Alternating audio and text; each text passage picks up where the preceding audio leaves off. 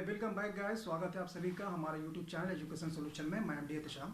आज हम बात करने वाले हैं प्रॉफिट के सफ़र के बारे में। जो प्रॉफिट होता है वो हमारे बुक ऑफ अकाउंट्स में एक लंबा सफ़र तय करता है।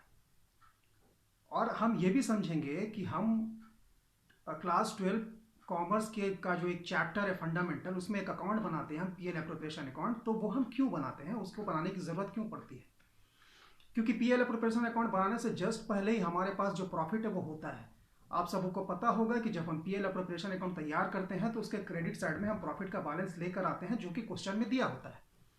तो जब प्रॉफिट ऑलरेडी हमारे पास है, इससे पहले हमने ट्रेडिंग अकाउंट और पीएल अकाउंट बना लिया है, तो फिर पीएल एप्रोप्रिएशन अकाउंट बनाने की जरूरत क्यों होती है?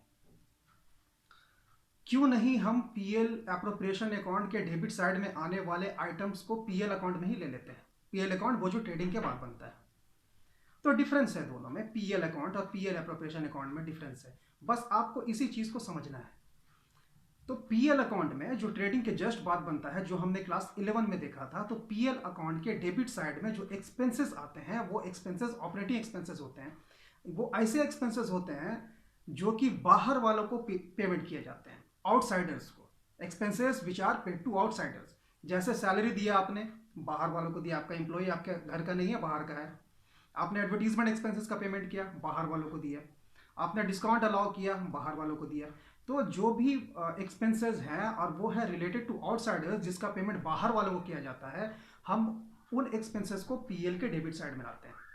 अब मान लो कि फंडामेंटल हम देखते हैं, तो फंडामेंटल पार्टनरशिप से रिलेटेड है।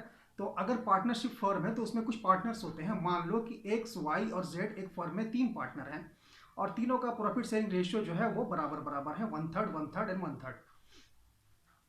तो अभी जो पीएल हमारे पास आया है तो उसमें से सारा एक्सपेंसेस का भुगतान हो चुका है, सारे व्ययों का भुगतान हो चुका है पीएल अकाउंट में ही।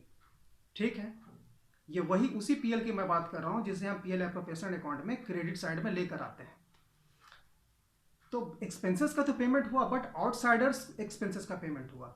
यहां जो फर्म के पार्टनर है एक्स, वाई और जेड, इनका जो एक्सपेंसेस है इसका पेमेंट अभी फर्म ने नहीं किया।